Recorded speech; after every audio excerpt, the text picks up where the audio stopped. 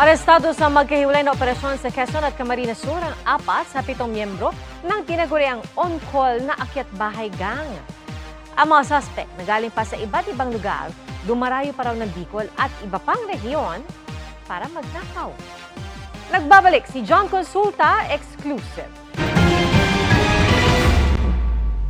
Sa kuha ng CCTV, pinaghihiwalay ng mga pulis ang mga lalaki at babaeng pasahero na pinababa mula sa isang bus sa isang checkpoint sa Gumaca, Quezon nang inspeksyonin ang body bag ng isang pasahero.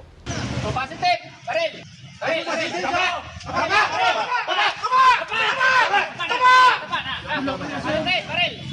Agad pinusasan ang dalawang lalaking pasahero na nakitaan ng armas. Nakalista pa namin. Basahin ng doktrina ito. Video mo. Pagdadala o pag-iingat si Baril. May karapatang manahimik. We know for a fact, sir, na sumakay sila ng bus. So marami pong tao na nandun sa bus. Sabi namin, baka kasi mang hostage eh. Pagka naratil itong dalawang ito, ang ginawa po namin strategy dyan is flag down po. Then pinasok po namin yung bus. Pinaunawa po namin na kami po ay may random checkpoint.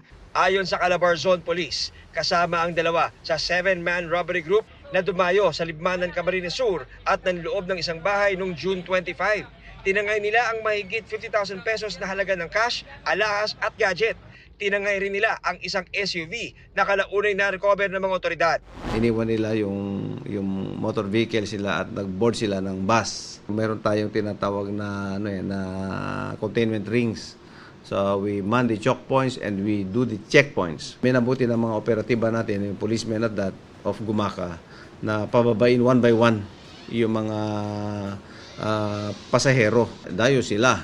Kaya nga may nagdab dyan na akyat bahay on call. Ayon sa mga investigador, galing ng Bacoor, Tanawan, Muntinlupa at Cainta ang 4 na inarestong suspect. On-call akyat bahay ang tawag sa kanila ng pulisya.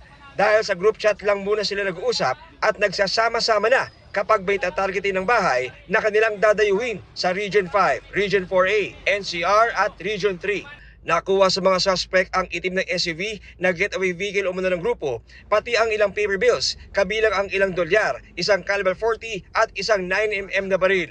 We subject them to forensic examinations at makita yung mga who owns those pistols. Kasi may mga serial numbers yan. And i-compare yung examinations niya, ballistic examinations and all, para baka anong relasyon niya sa other crimes. Naaresto naman ng Libmanan Police ang 2 pang miyembro ng grupo na positibong kinilala ng kanilang biniktima. Patuloy ang pagtugis ng mga otoridad sa 3 pang miyembro ng grupo. John Consulta, Nakatutok, 24 Oras.